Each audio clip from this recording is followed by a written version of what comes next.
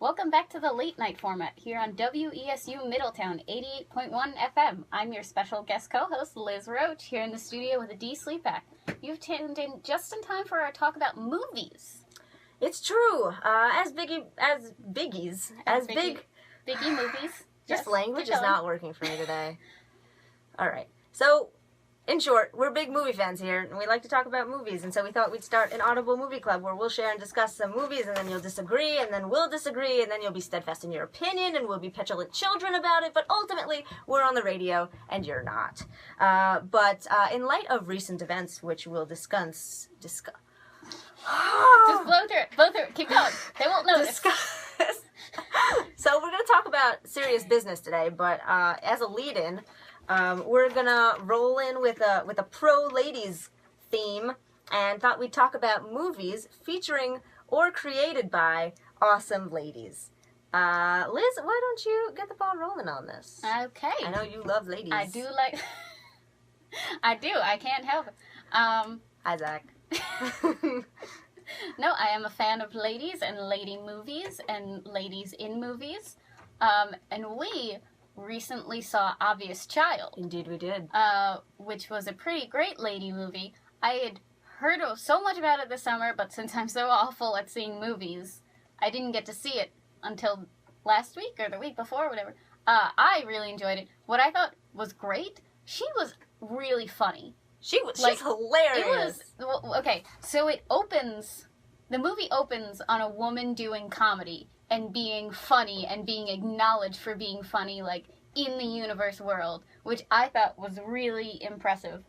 What? The universe world? The world of the movie, not just, our world as viewers, also in... Because, cool. She could be funny to us, but, the people in the movie are being like, you're awful. Right. But the people in the movie were like, oh, you're funny. Like in I Love Lucy. Yes. In I Love Lucy, Lucy Ricardo is the butt of many jokes, and what's funny about it is that she's incompetent, not that she's actually funny, in the universe of the show. But Obvious Child, on the other hand, she's totally competent in her own universe. Yeah. So I thought that was great. I also really liked her love interest, the Max. boy. Max? Was that his name? Max, okay, yes. yeah. Max. He was also funny. Not nearly as funny. Mm-hmm. So... He was an awkward funny. Yeah. Yeah, he didn't hold a candle. At all. That's just not something that happened. He was a pretty great character. No, he was great, but in terms of being funny. Yeah. Which is also unusual. That movie. Having the woman be funnier in the couple. Yeah. Yeah, and I kind of thought of it as very Juno-esque, only better. I don't know if that's a controversial statement. No, I think in light of the development of movies over the past years. No. When did Juno come out? Oh, long time ago. Really? How long was that? At least 7 years ago. Okay. If my mental IMDb memory is working right now. Yeah. But I feel like looking back now, Juno isn't at the time. Juno was a remarkable original story. Okay. Juno was something that was pushing envelopes. Okay. I feel like at that time, at least in a form of movie that's directed more towards a younger audience. Juno was for teens and up rather than an adult movie with adult content. And so now Juno isn't that big of a deal. Yeah. But Obvious Child, on the other hand, it kind of is having the same effect, I think. Maybe it doesn't reach that teen audience, but it is pushing envelopes. Yeah. For sure. Another lady movie that's not as recent, but that kind of pushes envelopes in a similar way is Bridesmaids. I was thinking of that as I said the, lady funnier than the guy. Yeah. Because Kristen Wiig is definitely funnier than... Oh, God, Chris O'Dowd. Chris O'Dowd in that movie, I think. Or not even that. Men are hardly a thing in that movie, except for Chris O'Dowd, who is the cute love interest, and John Hamm, who is douche nozzle. Yeah. Can I say douche nozzle on the radio? I hope so. But yeah, that movie is dominated with like funny ladies. I like to imagine WSU sending an email tomorrow afternoon. Just to remind everyone, douche nozzle is not appropriate for the radio. And then I will giggle to myself. But Bridesmaids. And a cool thing about Bridesmaids is that it was directed by Paul Feig. Paul Feig did Freaks and Geeks. Oh, I like him. Yeah, he's very pro-lady in most of the things he's done. And then he went on to do The Heat, which I don't know how great that was, but he's very centered right now on female-led comedies, which is good. And Bridesmaids at the time, and still kind of was... It's a hallmark, go girl female comedy. Yeah. You know? And it's good. It's good. Melissa McCarthy in that movie was really great. So I was excited when they started casting her in other movies. But all they did was cast her in awful things. Yeah. And in the same role. Yeah. Pretty much. Like, Melissa McCarthy plays Melissa McCarthy. Like, not Melissa McCarthy, but she plays a Melissa McCarthy character. Yeah. Who's, like, an overweight, kind of weird, off-kilter lady. Except for in Mike and Molly, where I think she was pretty normatively feminine. But in all the movie roles that I've seen her in. Yeah.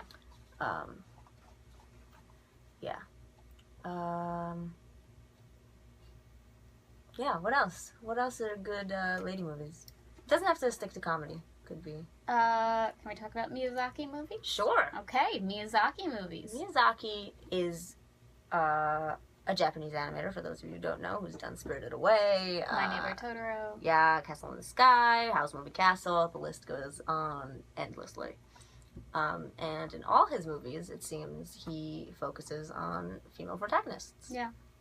They're very cool. Very lady-centered, even when it's a male protagonist, he's surrounded by a lot of ladies. Yeah, he is. I ruined it. Yes, I ruined the feminist theme of get this. out. I'm taking over. All right. So, Liz, what are you doing in charge now? I'm going to talk about Kiki's Delivery Service. Okay. Which was a movie recommended by you. Yes. And was my second Miyazaki film behind Princess Mononoke. Ace. Yes. And what I noticed about that was that if you reverse the Bechdel test, it doesn't pass. Who, the only male character really is the kid with the glasses, right? Yeah, and her father. Her father. It's like at the very beginning of the movie. Oh. And then there's actually a silent... Is Gigi a boy? The cat? It's a cat. But it's a boy cat. No, it's a cat. Alright, fine. If it were all animals, I'd give it to you. But since it's humans and animals, or witches and I don't know. Yeah, but you remember the baker's husband? Baker's husband. So the baker takes in Kiki.